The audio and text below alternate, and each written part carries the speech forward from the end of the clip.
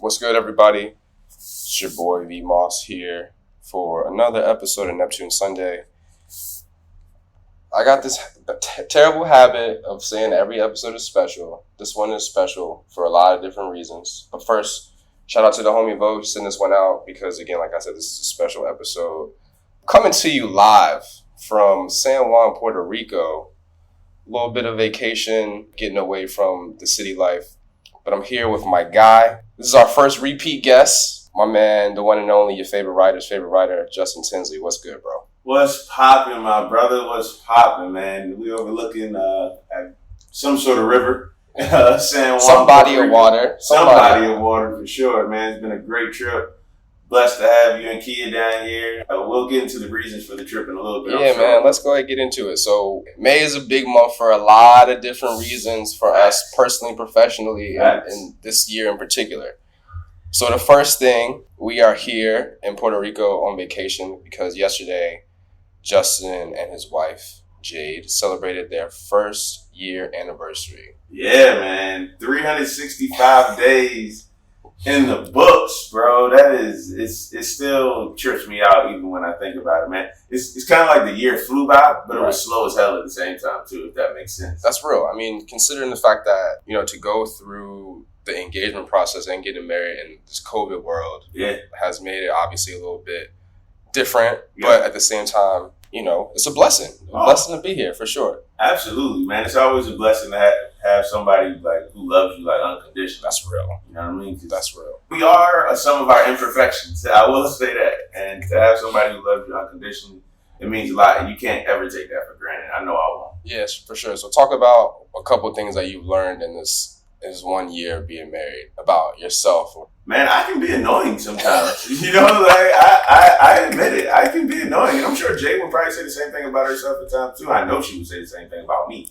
But really, man, and it sounds so cliche to say this, and I heard people say this all the time before getting married, but now that I've been in it for a year, dog, communication is everything, bro. Sure. Everything. Like if you try to keep something below the surface, eventually that joint is gonna come to the surface and it's gonna come out in a way that you don't want it to. That's not productive for either party. So communication, man, just always being open. Just here's what I like. Here's something that makes me uncomfortable. Let's try to work on this. I love this part about our relationship. Let's keep building on that. And so, man, communication is everything. Now, you lose communication, you lose the entire relationship. That's real. So what have been one or two highlights of the past year, just spending time with Jade and having Jade be by your side for a lot of cool stuff that's happening? Yeah, man. Just one thing that happened, and this was like a month before we officially got married. We were already engaged at this point, but on April 1st of last year, 2021, that's when I submitted the first draft for my book. Mm-hmm. And that was a big, big moment for me. And Jay was right there. She was filming it as I sent the email off to my editor, and that was a big moment. And God, there's so many, man. I love traveling with Jade because Jade and I have the same type of energy when we go to travel. You know what I mean? We love to eat. We love to have a good time. We don't necessarily need to go club hopping or anything. That's not really our thing. But just traveling with Jade, just getting a chance to see different parts of the country, the world. And now that we both got our passports renewed, it will be the world, at some point very, very soon. Yeah, I mean, there's so many, bro. Yeah. There's just so many, man. That's dope, man. So, obviously, so happy for y'all. So happy for you, man. Thank you all down here, too, bro. We've been friends for almost 20 years. Yeah, man. We met, fall 04? Yeah, so. That's crazy. To see us both get to the point that we're at in this space. Yeah. We're blessed. Yeah, man, it is a blessing. It's crazy to think our friendship is basically an adult now. It's 18 years old. That's crazy. That's real, man. So, huge part of the reason why we're doing this episode, obviously, because we're on vacation, and it was just a cool thing. It's a humble flex. It's a humble flex. But you just mentioned the book. Yeah, for sure. So, tell the people what book you're talking about. I think we mentioned it before, but let's just give everybody the. For sure. Yeah, we definitely mentioned on the first time I was on her, but now we can go into the weeds on it if you want. But On Tuesday, May 10th, which is important for me on a lot of different ways, but on Tuesday, May 10th, my first biography comes out. And it's a biography of the late, great, iconic Christopher Wallace. You may know him as the Notorious B.I.G, Biggie Smalls, Big Papa, whatever you want to call him. That officially comes out May 10th. And again, that's an important day for me. One, my grandmother's birthday is May 9th. Obviously, this is Mother's Day weekend. And May 10th, it would have been my uncle's, I think, 66th birthday, I believe. And I get to drop a book with one of my best friends in the world, David Dennis. His book, The Movement That Made Us, is basically an oral history of the civil rights movement from his father's perspective. Yep. That drops the same day, man. But yeah, it's a biography of Big, but it's not necessarily. I don't just focus on the high points of his life. Like, you know, I don't just say he sold a little drugs, beef with Tupac, and then died in a very tragic manner. Right. Of course, all of those things are in the book because it's part of the story. But, you know, I think so often over the last quarter century, Biggie and Tupac in the same case, I think he's been stripped of his humanity because, you know, he's been kind of like reduced to just those real big high points of his life when he lived so much in 24 years. So we go into a lot of his childhood, a lot of the experiences he experienced growing up in Bed-Stuy, Brooklyn in the 80s and what that time in American history just looked like. Because, you know, our stories are never just about us. It's about the environments that we grew up in, the world that, you know, we were introduced to, a lot of things that are beyond our control. So you'll see a lot of like historical narratives in there as well, but also tying that with Christopher Wallace's journey into, you know, his adolescence and young adulthood. So talk about how the opportunity to write the book came about. I'm a deleted email away from not writing this book. That's right. So in fall, I want to say September 2019, I was just going through my Gmail and I get like a lot of spam. I've been saying I need to get a new Gmail for years. I just haven't done it. Yeah, everybody's Gmail is probably almost at capacity. Yeah, dog, it's wild, man. So I'm just going through there deleting emails. But one caught my eye because the subject line was like Biggie Smalls biography interest and like a question mark, basically asking a question. So I'm like, what the hell is this? So I click on it and it's from the gentleman who would eventually become my editor on the book, Jamison Stoles. And he said, you know, you come highly recommended for some people that I know, and I'm looking to commission a book on Biggie Smalls that will come out in May 2022 in conjunction with his 50th birthday. And I'm like, damn, man, that's real cool. Like, he reached out to me. Like, everything I knew about the book publishing world was the opposite. It was like, I come to you with an idea, and then you make the decision about whether you want to move forward with it. They came to me with the idea. And I'm like, I mean, yeah, I figured, like, a book on Biggie? I can do that. I can do that shit off the top of my head. You know what I mean? Like, that's easy. Of course, narrator, it was not easy. And I'm thinking, like, May 2022, that's forever. Like, wait, that's so far in the future. Like, whatever. And so I signed the contract. We went through the negotiation period, got everything settled. I signed the contract, I believe, in like January 2020. And in my head, I'm like, yo, I'm going to go to Brooklyn and report. I'm going to go to Atlanta and report because he got ties down there. I'm going to go to Chicago and report. LA. So I'm like, yeah, I'm going to just go all around the country. I'm going to use this check that they gave me. The check they gave me was the biggest single check I've ever seen in my life. Granted, and that money went, that joint, man, dog, like, it's crazy, man. Holding money in your hand is like trying to hold water in your hand. You just can't do it. But I told myself, yeah, I'm going to go all around and report on this, Moss. Then March 2020 happened. I'm like, crazy. Guess I won't be going anywhere. Crazy. I'm like, all right, so this thing will be over in like 2 weeks. Because I think that's when you first told me it was coming. Yeah. Because we were in New York together. I was there for the tournament, the Big East tournament. Yeah. Georgetown was playing that Thursday. Yep. And maybe it was Wednesday. I don't remember. It was either Wednesday or Thursday. And we were sitting at this bar just watching the news, having a drink. Like, actually, I wasn't drinking because I was on Lent. I had given up liquor for Lent.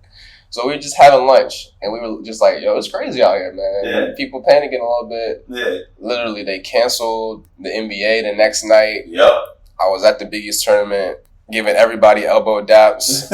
I hopped on the train back to DC and that was it. We was in the crib. We never came back out. We was in the crib. We never came back out, man.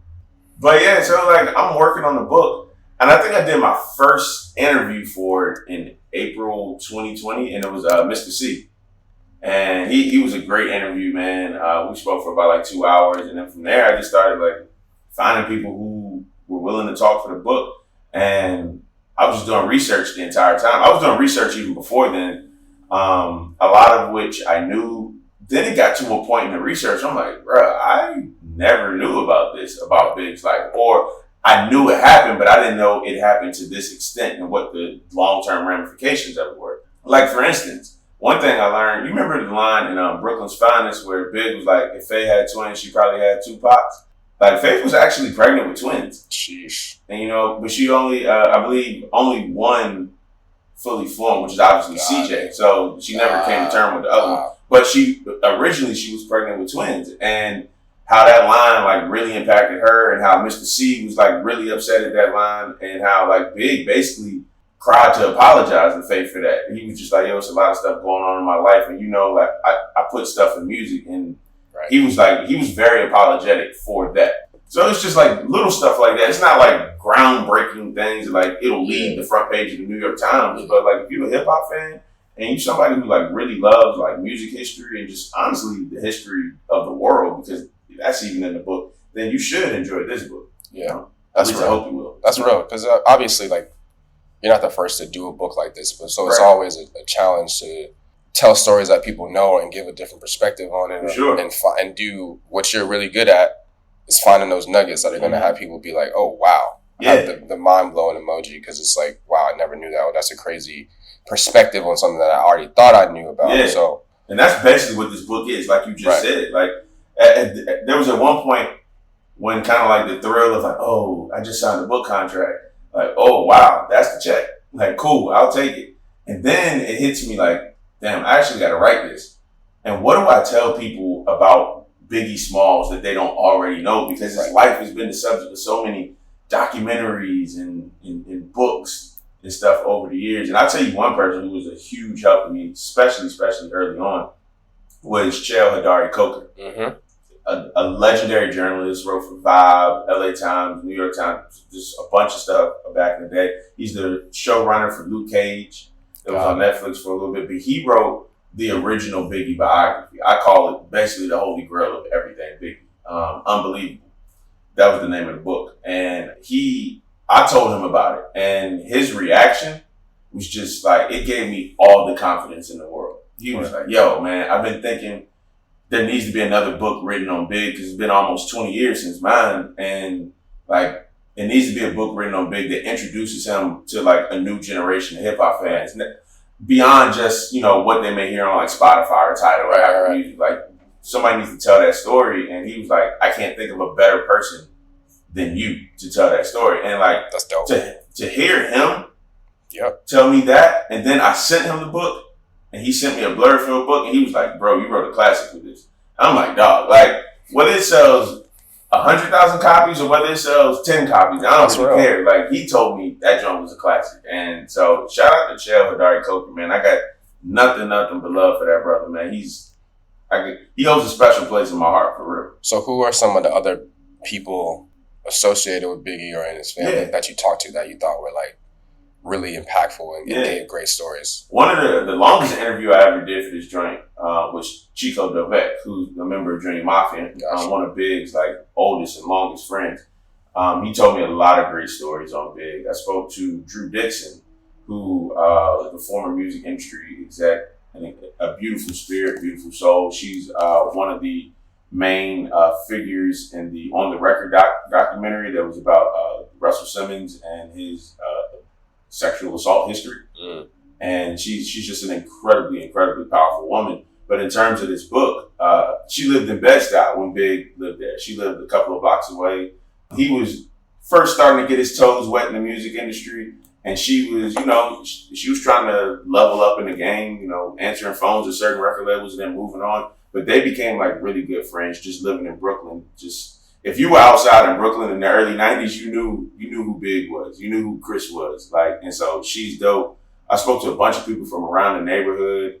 I spoke to Hubert Sam, who was basically Biggie's first friend. They met in kindergarten. Wow. And so he was dope. But the last chapter of the book is actually about CJ, his son.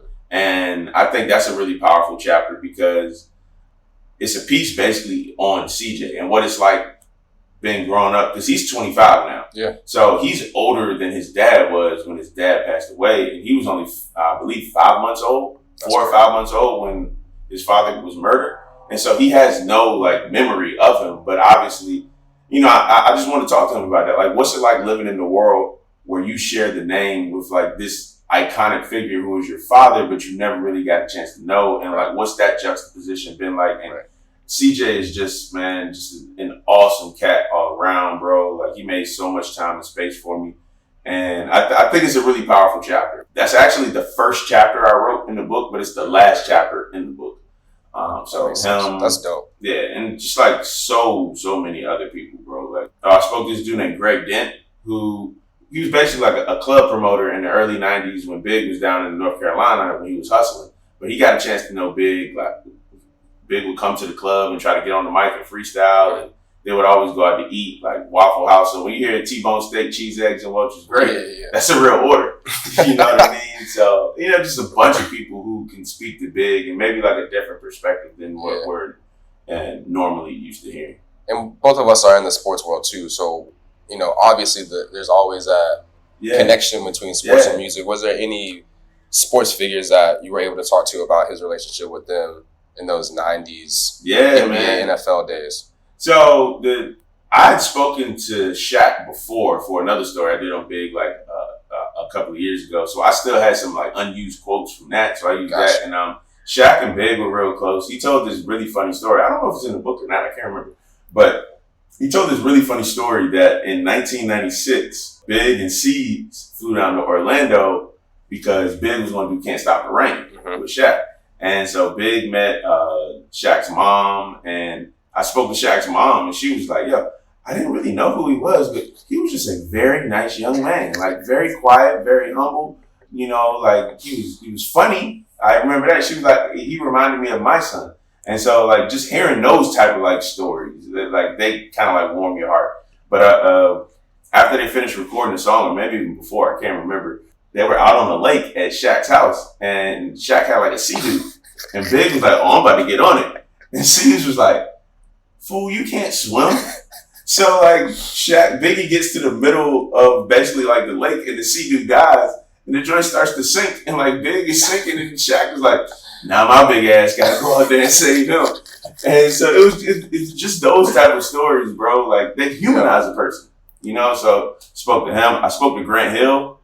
He was a great interview as well. He and Tamia and some of their friends, they were actually at the party on March 8th. They were at the party. So he gave me some like really good like scene setting details about what the party looked like, smelled like, all that type of stuff. I didn't get a chance to speak to AI personally, but I spoke to one of my good friends in the industry, Gary Washburn, who covers the Celtics for the Boston Globe. But in '97, he was covering the Lakers and Clippers. Gotcha. And on February 25th, 1997, so it was like 2 weeks before Big was murdered, he went to a Sixers and Clippers game. And because he was real cool with Malik Sealy, the late Malik Sealy, who was playing for the Clippers at that time. But he was also cool with a rookie named Allen Iverson. And so I won't tell the story here. I'll let people read it. But, you know, Gary really paints like a beautiful scene of like, you know, kids running up to Biggie and, you know, Big just making space for like all of these kids during the game. And Gary was so like moved by it because he was like, I wouldn't have been mad at Big if he was like, all right, just let me watch the game. Everybody get away from me. And there's a real cool nugget about a conversation that AI and Biggie had in the tunnel after the game, and just, you know, how both of them were so excited for what the rest of their lives were supposed to hold. Yeah, for sure. And obviously no one knew that within 2 weeks, you know, Biggs would be over. But so yeah, those are some athletes that are definitely in the book and have their own scenes.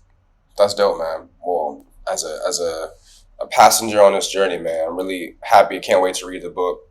Sure, bro, for sure, man. Like you more than a passenger, dog. You way more than if you're a passenger, you definitely sit in first class for sure. Man, this is dope, man, and just to see all the love that you're getting, from people. That's what always is dope to me as your friend.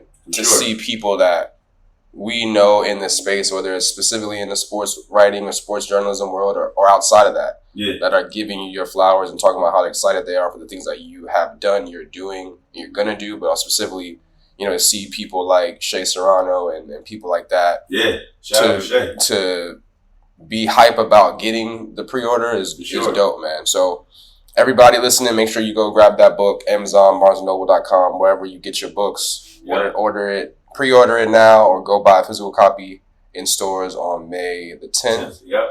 So, transitioning. Yeah. What we really here for, So, for all my fellow Marvel stands out here, we're basically going to do our own version of What If. Oh, yeah. So, Biggie and the Neptunes, What If? Whew. My goodness. Ooh, So first, we talked about this a little bit last month. I'm reading through reading through Pharrell's Places and Spaces I've Been book, and literally the first thing you read is a conversation with him and Jay, and they get into the topic of Biggie, and Pharrell talks about how much he loves the vivid imagery, even though it may be brutal, it's still very poetic and vivid, especially on songs like Who Shot You. And so just to have Jay talk about the pain and reminisces about Big's passing, and they share a moment about that, was really crazy for me to read that in that space, knowing that we were going to have this conversation already, knowing that we're really in tune to Big right now just because of the book coming out. So that was a really dope moment to see that Pharrell had that respect, that you knew he was, he wishes that he could have worked with him. You knew that they were going to give him something crazy. Oh, God. So, we're going to talk about some of our songs that they did make with other artists that we think probably could have been crazy.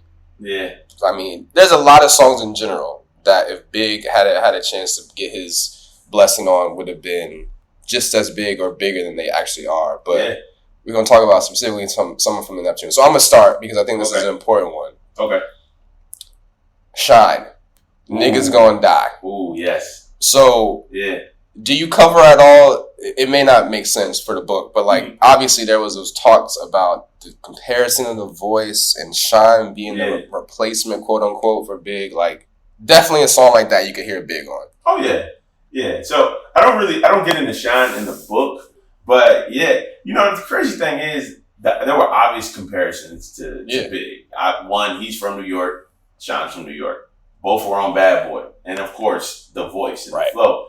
The thing is, I always felt like Shine probably hated that. He probably did. And because it's like, I gotta be my own. Obviously, you look at it as a sign of respect when anybody ever compares you to Big in some shape or form. Right. But I do wonder how much that hindered his career. Obviously, we know it really hindered his career. The case. Right. I could definitely see Big on something like that. And I could definitely see Big giving one of those classic, you just spoke about Pharrell, those brutally vivid type, Big running up in a stash house and, you know what I mean? Just things like that.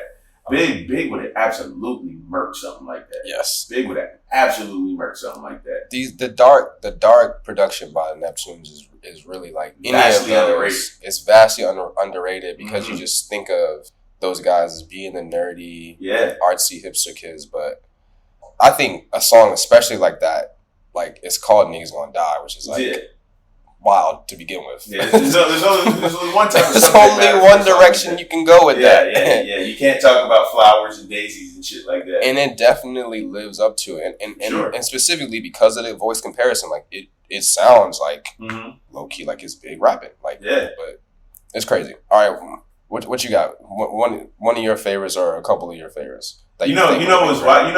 This song was a monster hit. It got to the point back in 2000. I hated hearing the song. Yeah, I just heard it that much. But Big would have absolutely ripped "I Just Want to Love You" with Jay. Would have killed it. They would have had a ball on that joint. And it's dope because Jay starts off that verse with the homage. Yeah. You know, when the Remy's in the system, ain't no telling will I fucking will I diss him. Like, that's a homage to Big. That was, for those who may not know, that's the opening line from Biggie on The World Is Filled with Too Short and Puffy, that right. Life After Death. So now Big, it would have been great to hear how Big's flow would have fit in the pocket of a Neptunes beat, because that's one thing about the Neptunes, and I believe Chance said something about it. He was talking about Snoop. Yeah. And like Snoop can like fit in like a Neptunes production so effortlessly, and Big would have absolutely done that. Yep. You can hear Big's flow at the time of his death that like he was getting better. Yep. And if he loved anything, he loved the challenge. For sure. He loved the challenge. So the last 2 verses he recorded in his life was All About the Benjamins, and which I know is one of your favorite songs. All time. All About the Benjamins and Victory. And you can tell in those 2 verses that like, dude, this dude is somehow improving. And it's getting sad. better. It's sad because that was 97. And Nori's Super Thug was like 98. Yeah, 98. And it's crazy because Big just missed that Neptunes run. Yep. Like, obviously they were making B12 before that, but I'm talking when Super Thug hit, shit, Big would have killed Super Thug. Would have killed Super Thug. Like, I think a lot of the Nori joints. Oh, like, yes. Just imagine Big on like Nothing, like, or some like, or even Oh No or Grimy, where it's just like hard. I think any of the early Nori joints would have been crazy for him. You know what he would have killed? What happened to that boy? Pusha would have lost his mind on it, because you know Pusha loves Big. No, he would have killed that type of like O2 production for the Neptunes. Goodness gracious, what happened to that boy? No, Big would have murdered what happened to that boy. Oh man, Big would have just, oh my god, Big would give you one of those like classic like mob boss type verses. Yeah, like, you know what I mean? Yeah, man. Golly, man, this what if game, it's fun. But it's just so sad, bro. Yeah, like, bro. We were robbed, musically speaking, we were robbed of so many classics. Yeah, many classics. What else you got? You know, I think any of the New York guys, I think you can obviously hear Big, because there's like a similar energy between all those guys. So like the other Jay-Z joints, maybe like La La La, or maybe like on Jadakiss Knock Yourself Out. I was gonna say that one too. Oh man, I'm like Big with the Murder Mommies up in Belize. Come on, dog. Like, bro, like any of those, I think like even like Mace Looking at Me. Ooh. Because Big would have gave something slick for that, bro. Big would have gave something slick. It's so many. I mean, it's also, this is a testament to how crazy the catalog is for Pharrell and Chad. Yeah. Like, but a lot of the early stuff that was really a lot of them getting their shot from the New York artists, I think would have been good fits for them, for Big to hop on. And it's so crazy to talk about like this what if game, because we're talking about like songs that are already out, they're classics in their own regard. Yeah. But it would have been crazy to hear what they would have tailor made for him. Right. You know what I mean? Like Chad and Pharrell just cooking up. Right. Like, oh man. Yeah, man. You know, I think almost anything in the Clips Pusha catalog could have been for Big. Oh, yeah, yeah. Like, I mean, even Virginia is, obviously that song is about Virginia, so Big wouldn't be on it. But like, just the beat of that is so dark. Yeah. He spent some time in VA. True. You know what I mean? Like, him and Jay could have jumped on that. Like, him and Jay could have made their own version of Virginia. Dark. You know what I mean? Just call it 95 South. Just imagine. Again, we go into this Marvel what if. Yeah. So there's a multiverse. There's another universe somewhere that there is an actual Biggie and Jay-Z collab album that's only produced by Pharrell and Chad. It's out there in the multiverse somewhere. That would have been sick. Crazy, that would have been sick. Oh, we talking about all these songs like Big on the Lore. Big on the Lore would have been, bro, zoned out. Oh my god, like Big probably would have gave us like 32 bars on that. Zoned out. Big would have gave us 32 bars on that for sure. But yeah, man. So I mean, back to the Clips part though, right? Like somebody would push his album just coming out. Yeah. I can't remember the DJ, but he made a mashup. Yeah. And it sounded perfect. Mm-hmm. It was on, it was Big rapping. I don't remember the verse where it came from, but he was rapping on the Brambleton beat. Yeah. I think it was, I had to go back and listen to it again, but I think it was his first verse on Somebody's Gotta Die. Okay. I think. That does sound right. Yeah. Yeah, because I remember hearing him talk about the scene where he comes to the door. Yeah. But it sounded He opens perfect. up the door, pitiful, is he critical, retaliation. It's definitely It sounded perfect, man. Yeah, man. Like, shout out to whoever made that mashup. I'm not really a big fan of mashups. Yes. But when it's done right, chef's kiss. And that drum was done perfectly. I'm actually published like another Twitter thread on Monday about that drink because it inspired me to like go in depth about Big sound like North Carolina. So, you know what I mean? So shout out to the DJ who made that, whoever he or she is. Yeah, I thought that was really cool. And I think, you know, the clips in the Pusha tracks are all just so dark. Like the intro of Keys Open Doors, like any of those could have been just Big, just going and going into what Pharrell talked about, the vivid imagery of just like he was like Pusha is now the villain on those type of tracks. Yeah. And he embraced that. Yeah, and he was like, but at the same time, Big would give you some cool player shit too, like some smooth R&B. Look. He gonna give you somebody's got to die, but he gonna give you one more chance too. Right. You know? So like you could hear like actually I thought about this the other day because Faith has a joint with them Burning Up. Mm-hmm. That Big would have I think the guest verse on there is Moon. You could have easily heard Big in that spot, and it would have been.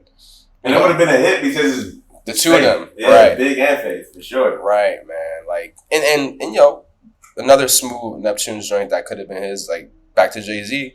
Just imagine Big on "Excuse Me, Miss" though. Yeah. He would have.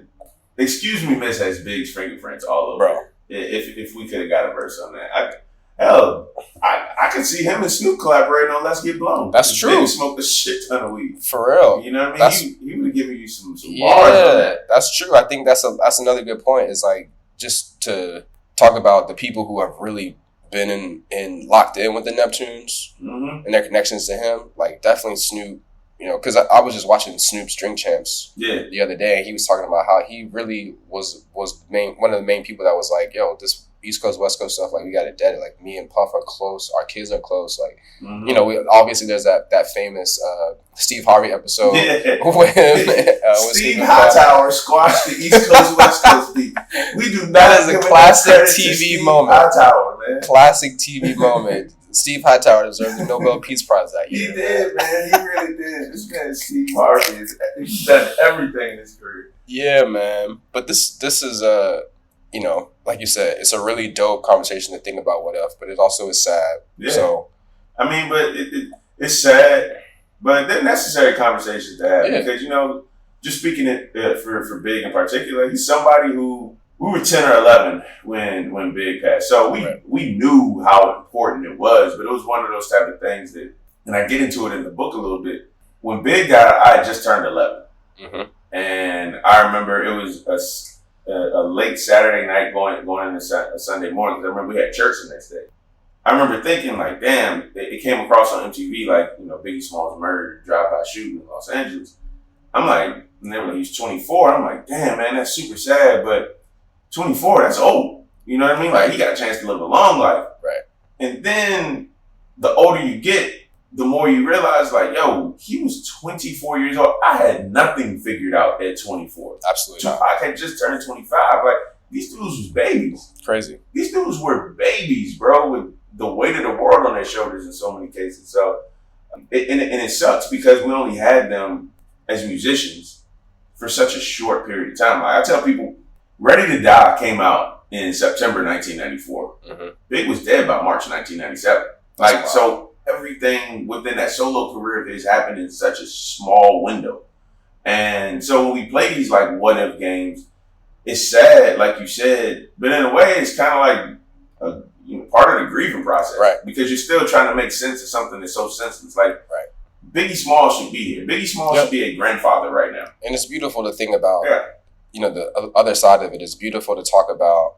He made such an impact and gave us such beautiful art in that short period of time that we're still talking about it in this manner of what could have been and you know, what would this have sound like. So that dude changed the world. Yeah. That dude changed the world. You know how our grandparents may talk about, like, Billie Holiday, you know what I mean, Louis Armstrong. Like, Biggie Smalls is in that category of musicians who define Black life for so many people. Yeah. You know what I mean? And I don't think that's exercising in hyperbole at all. Like 100 years from now, they'll be talking about Biggie the same way they talk about Billie Holiday. That's real. This is just showing respect. And it's beautiful what you're doing with this podcast as well, because yeah, we're from Virginia. Yeah, we love the Neptunes, but we need people documenting this stuff like in real time, man, because, you know, you just mentioned Jadakiss. I spoke to him for that AI story that I just did. And one of the most important things he said was like, yo, all too often when people get their flowers, dog, it's too late. Right. So, like, what you're doing with this podcast for Pharrell and Chad and just honestly the whole state of Virginia, definitely the 757, like, this is necessary, man. Like, so keep doing this. And, like, I'm always down to play the what if game. You know, I'm a basketball fan, so I love playing the what if so-and-so had gotten traded to so-and-so? What if they picked this player instead of this player in the draft? But yeah, the what if game is always fun because there's no right or wrong answer. Right. The possibilities. Mm-hmm. All right, man. So before we let you go, we are both very excited about something in the water coming up. Woo. Ooh. So, you know, me and Bo just talked about it last week. Obviously, both of us have a special connection with the 757. For sure. Spending our formative years at Hampton University, riding up and down 64 to those were 4 great years, baby. Newport News, Hampton, Norfolk, Bob Beach. You know. So we are sad to see it not be there. Yeah, we understand the impact. For sure. But we also are DC guys. Yeah. You are a current DC resident. For sure. And we are excited to have it in DC. Oh, I'm very, very happy. We're already planning. Planning the brunch plan with Kia and Jade, and we're talking about walking and like it's already in motion. It's already in motion, bro. I've already got a sitter for my dog. Like, cause I ain't gonna be at the festival and be like, I gotta leave. I gotta go let Nipsey out. Like, nah, you may go to your grandparents' house that weekend, baby. You know, because I need full attention on this, man. Like, yes, I wish it was still in the 757, but I am very grateful that it will be here in DC and just being on like the national lawn and you know where it's gonna be so incredible, dog. And like that lineup, and that's just the people that they announced. Right. So who are you looking forward to see that's on the lineup already? And then we'll get into speculation about the friends. Man, there's so many people on that joint. I want to see Roddy Ricch. Mm-hmm. I want to see Snow Allegra. I want to see so many people, bro. Like, I don't have the list in front of me. Obviously, Pharrell goes without saying. J.I.D. is going to be there, I believe. Yep. So I definitely want to see J.I.D. It's a good mix of I mean, and I think me and Bill talked about it last week in a way that really characterized it as being a lot of Pharrell's kids. Yeah, that's a great way to put it. Like, it's a lot of young people. Obviously, Tyler's going to be on it. That's going to be dope. Yes, I cannot.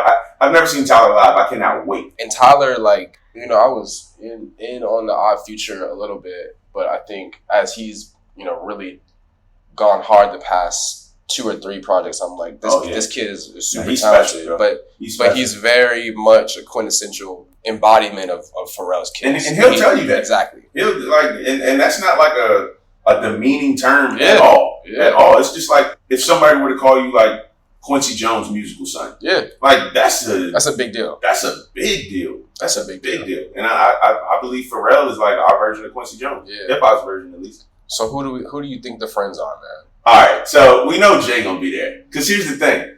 Jay, more than probably any other artist, Drake will probably be in the running for that too, but Jay understands the meaning of a moment. Mm-hmm. Jay ain't he hasn't performed on a stage in probably like 2.5 years. Mm-hmm. And Pharrell is his boy. They got classics together. And you know, Jay, whenever Jay comes to DC, is always a moment. Yeah. I can see Jay coming on that stage, running through a list of his hits, probably breaking out into a freestyle, dissing Trump or something in DC. But no, I can see Jay coming, man. Obviously, we just spoke about Snoop. I really, really, really hope and pray he brings Missy out. Yeah. Oh, I would love to see Missy. Missy, I think the VA friends. Yeah. I think there's more question about them this time than it was before. Yeah. Like you knew that Missy and Timbo and they were going to be around. Yeah. But this is in DC, so like I think me and Bo talked about Wale, some capacity being in there. Yeah, Wale definitely. I mean, if I'm Wale, I want to be there. Yeah, even if you just want to be around, just like here's an X factor though, and if Pharrell has production on this new Kendrick album, I can see him surprising everybody and bringing out Kendrick. And can you imagine if Kendrick was the dude? If Iris and Crips all got along, they probably cut me down by the end. Yo, the crowd would go bonkers. So if Pharrell is on this new Kendrick album, that is my big swing. Kendrick will be at something in the water. That is something I haven't thought about. Sheesh. I mean, because Pharrell seems like the type of guy that you want to be solid about. Like you ain't never heard nobody dissing Pharrell. He's just overall trying to be a good dude. Yeah, and I feel like he gets that respect. I mean, no, my grandmother loves Pharrell. If you get the call from P and said, "Come to DC for something in the water," I think you seriously consider trying to make it happen. Yeah. Just because it's going to be such a big moment, the coverage of it is like, I don't know, man. I said this on Twitter and I said this on the episode. I think Justin Timberlake would be a mind blown moment for a lot of people if he was a guest. That would be crazy if you do Senorita.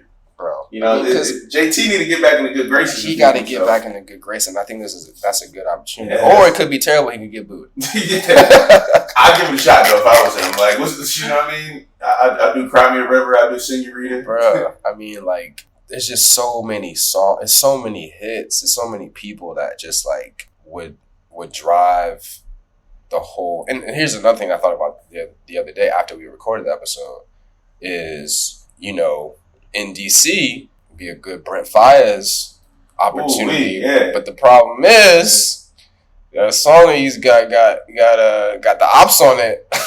My man Aubrey. So, oh man, that would be interesting. Though. I mean, I think it would be dope. I think people will be happy to see him if he got a chance to do that. Drake. That would be nuts. I just don't expect it. But I don't expect it. But hey, the beautiful thing about these type of moments, you got to expect that. It's crazy. And you're going to have a good time. Right. It's yeah, man, that weekend in DC is just going to be And I look at it too because the year of the first festival, Something in the Water Festival, I didn't go, and I wish I had gone. I just there's a lot going on. This is like April 2019. Yeah. So it was just like, man, I can't fade going like to 757. I just couldn't do it in that moment. That tunnel traffic. Bro.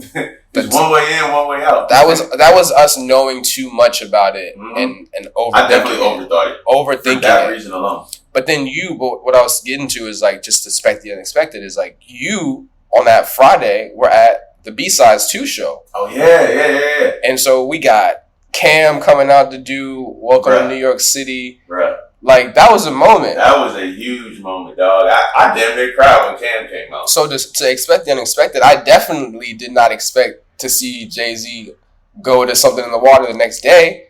Yeah. To pop up over there. So like you never know, man. You just never know. Never know, man. That's the beautiful part about it, man. I can't wait to experience that with you, bro. And I think that's important to where we are, and I talk about this a lot work-wise. We just are in a space of there's so much value in the social currency. Mm-hmm. And just like to be a part of moments like that, not only because you want to be there to be a part of the moment and make the moment for people to remember, but also like we are capturing those moments in a way that we never have. Yeah. That we're going to exist forever. Yeah. Facts. And everyone's going to have their camera phone angle from where they were. Mm-hmm. Obviously you'll have the professional recordings or whatever that'll be available. But like just to have those moments, you don't want to miss them. Nah. If you can, there should be people calling P to be like, yo, you need me to pull up? Let me come. What's the word? Like which day you want me to come? Yeah. Friday, Saturday, Sunday. And what else is the extra? So we talked about Drake. I think the other big wild card, big Joker drop is Kanye. That I could see. I could honestly see Kanye coming. Because they've been photographed together quite a bit over the last few months. And I can see Kanye coming. I think Kanye would make a lot of sense, and it's possible, and it makes sense because of Pusha album just coming out. Oh yeah, Push is another person I can't wait to see. Yeah, man, for sure. So I think Push's segment is gonna be special. Yeah, man, he's definitely bringing his brother out. Oh, I mean, Malice got verse of the year so far. Hey man, Malice got verse. Malice on that song. Woo! Just give us the Clips album, man. Yeah, just give us the Clips album. Look, I'll take an EP at this point. Just give me 5 like bangers. Yeah, man.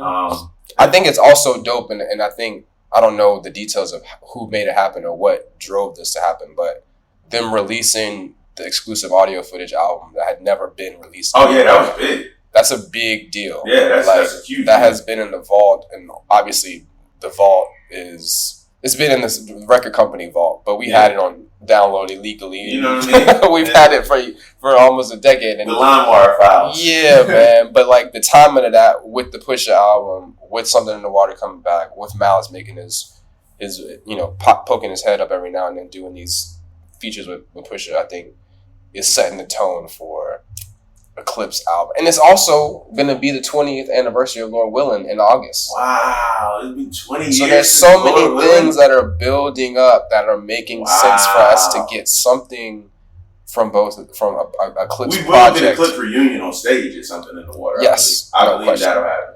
No question. I can see Pharrell getting the throne together on the stage. If anybody can make it happen, it's Pharrell. That would be wild. That would be wild, man. Again, what if? What if, the possibilities, man. What if? All we can do is hope and dream, man. Yep. But we gonna be there. We gonna be there every single day, baby. Every single day. I can't wait to write about this show, too. Yeah, man. I'm looking forward to it, bro.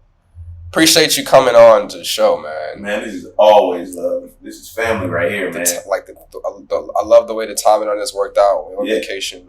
We're about to go hit the beach. Yeah, it's margaritas and lunchtime now, baby. Yeah, man.